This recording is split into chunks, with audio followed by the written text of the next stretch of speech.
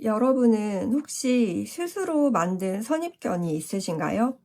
내가 이걸 어떻게 해? 이건 내 스타일이 아니야. 이런 식으로 스스로를 규정 지어 놓은 건 아닌지 생각해 보신 적이 있나요?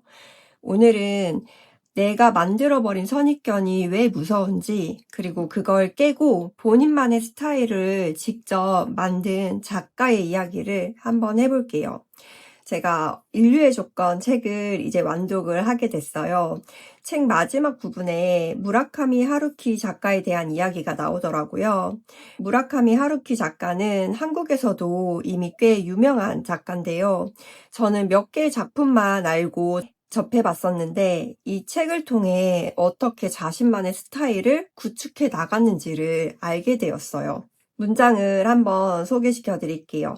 그가 가장 먼저 생각한 것은 지금까지 존재했던 이른바 모든 작가의 스타일과 완전히 다른 것들을 시도해보자는 마음가짐이었다. 번역 일을 했었대요, 하루키가. 그래서 처음에 소설가보다는 번역가 느낌이라는 그런 말을 듣기도 했다는데요. 그래서 기존의 작가들에게는 없는 완전히 다른 것들을 찾아서 본인에게 적용해 가면서 자신만의 스타일을 찾아 나갔다고 해요. 그리고 하루키는 매일 달리기 하는 것으로도 유명하잖아요. 장편 소설을 쓰는데 글을 써내려 가면서 몰입이 되기 시작하는 순간에 그때 체력이 받쳐주지 않으면 안 되니까 그거를 보완하기 위해서 달리기를 시작을 하게 됐다고 해요. 스스로 이제 장편을 써내려 갈 수 있는 체력이 필요하다는 거를 깨달았고, 이제는 그것조차도 이제 그 작가의 스타일이 되었죠. 책을 많이 읽어 내려가다가 제가 유난히 좀 크게 울림을 받은 내용이 있었는데요. 기존에 자기 스타일로 이제 소설을 쓰다가 리얼리즘 문체를 익혀야겠다고 마음을 먹었다고 해요. 이쯤에서 이제 본인은 이미 자신의 스타일이 어느 정도 구축이 되었는데 그 단계에서 갑자기 방향을 트는 것이 누구에게나 쉽지는 않은 선택이라고 생각이 들었거든요. 그런데 하루키는 과감하게 변화를 시도를 했고 그거를 통해서 또 본인만의 스케일을 크게 키우려고 한 거죠. 여기에 이런 문장이 나와요. 우물을 파고 또 파내려 가다 보면 전혀 이어질 리 없는 그 벽을 넘어서 결국 이어진다는 커미트먼트 방식에 나는 완전히 빠져들었어요. 이건 하루키가 한 이야기예요.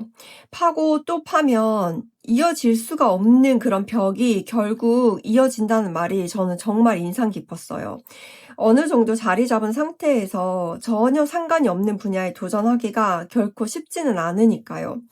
결국 하루키는 단편에서 장편으로 그리고 사회적인 사건들을 다루는 논픽션까지 범위를 넓혀 나가게 됐는데요. 하루키는 당시에 겁이 나지 않았을까요? 그럼에도 결국 앞으로 나아갔고 더 큰 스케일을 가진 하루키 자신만의 스타일이 완성이 된 거예요. 저도 스스로 한번 생각을 해봤어요. 지금껏 쌓아온 나만의 방식에서 벗어나서 전혀 연결될 것 같지 않은 또 다른 것들을 도전을 할 수 있을까?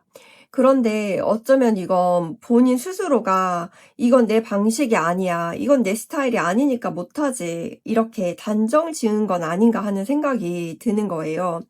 그리고 이거는 선입견의 또 다른 이름이겠죠. 스스로에 대한 선입견을 하루키는 당당하게 깨고 또 우물을 파고 또 파서 결국 이어지게 만들었어요. 저도 저랑은 전혀 상관이 없다고 생각했던 분야에 대해서 조금 더 배워야겠다고 다짐을 할 수 있었어요. 지금은 나에게 전혀 필요가 없다고 생각되는 분야도 좀 미리 공부를 해 놓아야 되겠다고도 생각했고요. 전혀 이어지지 않을 것 같은 그 벽을 넘어서 결국에 이어진다는 그 말을 이제 믿어보려고 합니다. 여러분들도 스스로를 규정하고 있는 선입견이 있지는 않은지 한번 살펴보세요. 남들이 아닌 나 스스로 불가능하다고 말도 안 된다고 생각하는 그런 것들이요. 그걸 깨기 위해서 도전하거나 배워볼 만한 것이 있는지도 생각을 해보시면 좋을 것 같습니다. 불가능은 없습니다. 결국에 모든 것은 이어질 수 있으니까요. 네, 영상 함께 해주셔서 감사하고요. 영상이 좋았다면 좋아요와 구독으로 함께 해주시면 감사하겠습니다.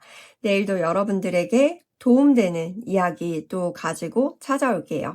감사합니다.